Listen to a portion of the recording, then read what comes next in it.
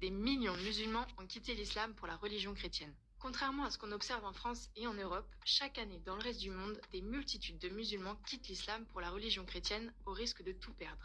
Dans l'islam, renier sa religion, c'est encourir la mort, et cela porte un nom, l'apostasie. En 2015, une étude académique est publiée par l'Institut Baylor, un centre de recherche sur les religions basé au Texas. Cette étude explique qu'il n'y avait que 200 000 musulmans convertis en 1950, mais qu'il serait maintenant plus de 10 millions. Rien qu'en Indonésie, il serait 6,5 millions à avoir quitté l'islam pour le christianisme.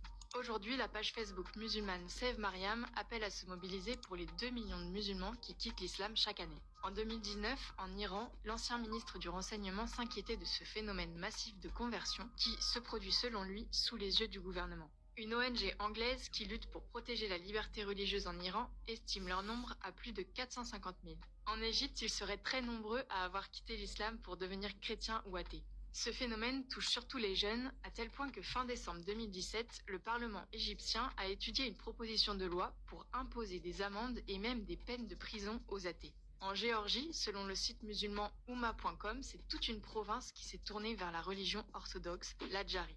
C'est aussi le cas massivement au Nigeria, en Éthiopie, dans toute l'Afrique, au Bangladesh et même en Arabie Saoudite, où on compterait plus de 60 000 conversions. En Algérie, en 2009, France 2 expliquait dans un reportage au JT qu'ils étaient des dizaines de milliers de musulmans à s'être convertis au christianisme. En cette terre d'islam, malgré la surveillance ou l'intimidation, des milliers d'Algériens délaissent le Coran pour l'évangile. En 2009 déjà, le gouvernement avait pris des mesures. Le gouvernement algérien qualifie le phénomène néo-évangélique de néfaste. Il a adopté une loi qui punit le prosélytisme de peine de prison. Les églises la dénoncent comme une épée de Damoclès au-dessus de leur tête.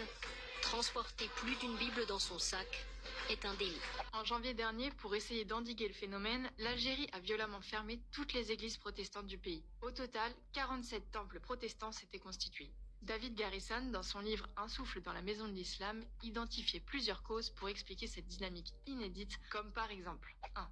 Internet et les réseaux sociaux. Beaucoup de musulmans découvrent des perspectives totalement nouvelles depuis qu'ils ont accès au web. Ils tombent sur des témoignages d'ex-musulmans, des débats théologiques, des analyses critiques du Coran et des hadiths. Ils voient aussi des explications sur la foi chrétienne, souvent présentées d'une manière qu'ils n'avaient jamais entendue auparavant. 2. Les mouvements intégristes et terroristes. Dans tous les coins du monde, des mouvements radicaux disent vivre le véritable islam et imiter Mohamed, mais ils provoquent le rejet, y compris au sein de la communauté musulmane.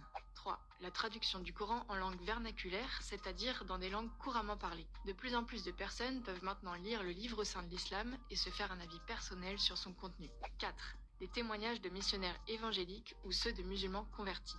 5. De très nombreux convertis racontent qu'ils sont devenus chrétiens après avoir vu Jésus